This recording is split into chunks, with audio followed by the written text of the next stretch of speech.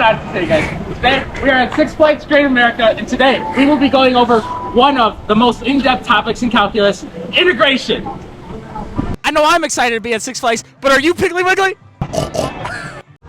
Hi guys, today we're at Six Flags Great America. As you can see, we will be teaching you everything you need to know about integration involving roller coasters, just like this one.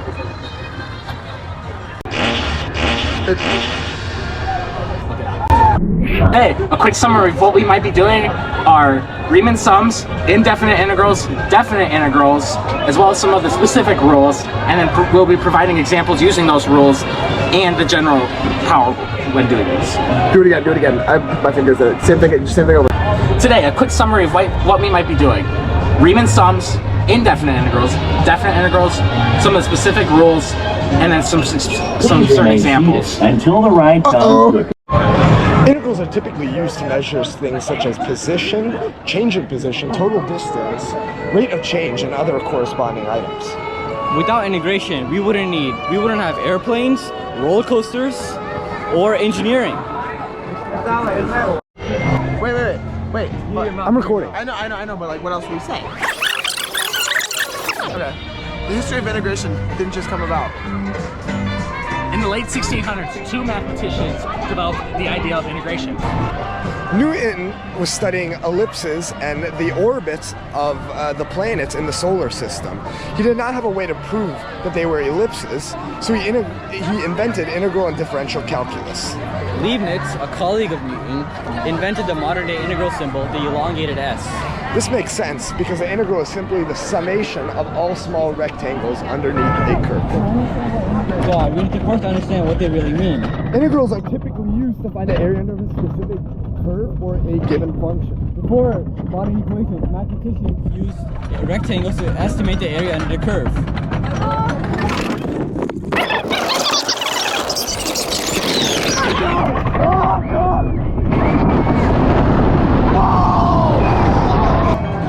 This is a Riemann sum. You're essentially adding up small rectangles that you make, subtracting two x values, and then you're multiplying by the height of the function to estimate that area. Riemann sums take that idea to the limits of the integral.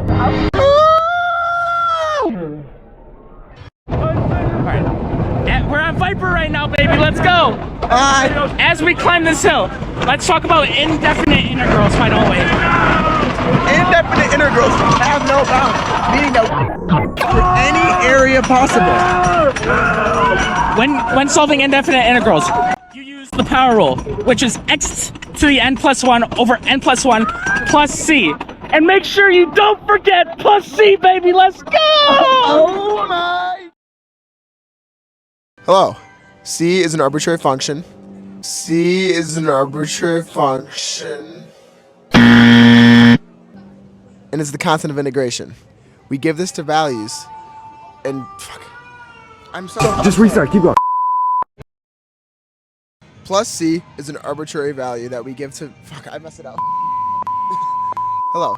Plus c is the constant of integration. We give this to functions after we integrate them indefinitely. We do this because the function that we find represents the area, but since we're not finding an actual value, we add plus c to the equation so that it doesn't matter if the function is shifted up, down. Now for definite integrals. For definite integrals, the bounds actually matter. Unlike indefinite integrals, definite integrals have bounds at a and b. For definite integrals, we're finding the area between x equals b and x equals a. I didn't say upper and lower.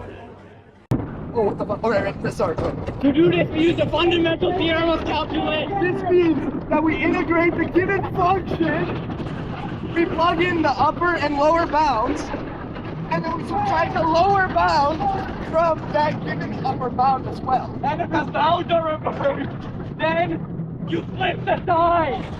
Thank you! We're bringing in guest speaker Michael Webb with us today to introduce LN rule to you. Welcome in, Michael. Hello, thank you for having me. Right there. No, So- if you could explain LN rule for me, please. Of course. So typically, when you have a polynomial, you'll just use power rule, right? But Exactly. if you have an x on the bottom, and it's just x, not x squared, like the exponent is 1, you need to use the ln rule. Where simply put, 1 over x integrated is equal to ln x. That would be because when you use the power rule with the exponent, it would become 0, and then you put the 0 on the bottom, so it'd be undefined, correct? Correct. So then it would become ln of the u, because we're using u substitution. Yes, if you were to use u, it'd be 1 over u. Integrate that, you get ln u. And don't forget what, Michael? Don't forget that plus c. For equations that follow the form 1 over x like Michael said, there's one rule we have to remember, which is that the integral of 1 over x is ln absolute value of x plus c. Using this rule, we can evaluate this next problem, integral of 7 over x. We can take out the 7 as it is just a coefficient. This allows us to put it in a familiar form. Then following the rule, we get 7 ln absolute value of x plus c. For a definite integral, the idea is very similar. We can take out the multiplier of 3, then we follow the rule to integrate. Then we simply plug in the bounds given and simplify to find the answer of 3 using the fundamental theorem of calculus. U substitution is another way to integrate. So essentially what you do is you take the inner function and you replace that with u. Then you derive with respect to u. So instead of using dx, you use du. And then finally, when you have your final integration answer, you replace that u with the original function that you replaced it with, and there's your final integration. We will be doing 2 basic u substitution integrals. One will be indefinite and one will be definite. The goal is to build a clear and intuitive understanding of u substitution. Problem 1 is an indefinite integral. We want to integrate the expression x plus 5 to the 4th. Here is the integral. We choose u equals x plus 5 because it is the inner expression. Then du equals dx. This turns the integral into u to the 4th du. The antiderivative is u to the 5th over 5 plus c. Now substitute back and you get x plus 5 to the 5th over 5 plus c. That is your final answer. Now let's do a definite integral. We will integrate from 0 to 2 of the quantity 3x plus 1 squared. Here is the integral. Let u equal 3x plus 1, then du equals 3 dx, so dx equals du over 3. Change the bounds, so when x is 0, u is 1, and when x is 2, u is 7. Rewrite the integral as you integrate u squared. Now evaluate from 1 to 7. Your final answer is 38. Another rule to keep in mind is the trig rule. Just like derivatives, there's an order of sine, cosine, negative cosine. When integrating with a trig function, all you do is reverse that order. So sine will then go to negative cosine because of the reverse order. Here are 2 problems of both definite and indefinite integrals of trig functions. As always, make sure to remember the order of the integrals and derivatives. It is as followed: cosine to sine, negative sine to cosine, sine to negative cosine, and negative cosine to sine.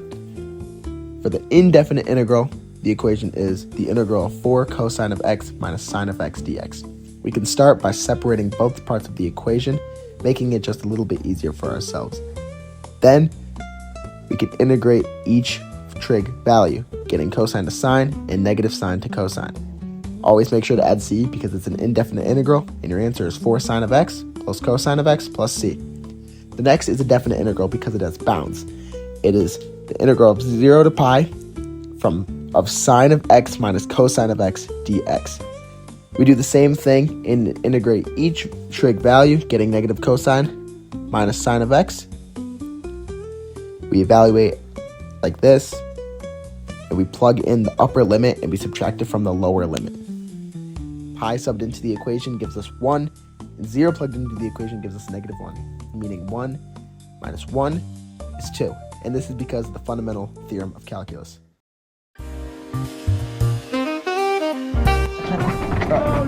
I think I turned it off.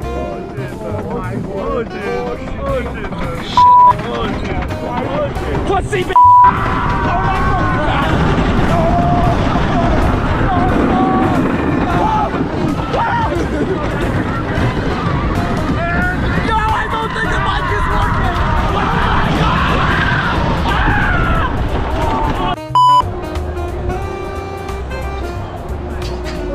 I'm just gonna stop it here.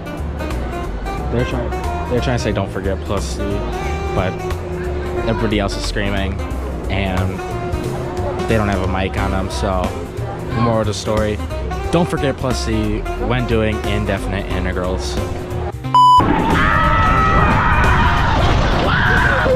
Oh, yo!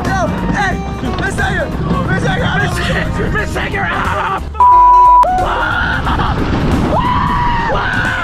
Oh my God! Don't forget C, baby! Ah! This is what happens when you forget C! Oh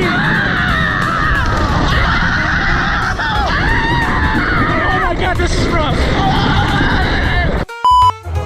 Don't forget plus C.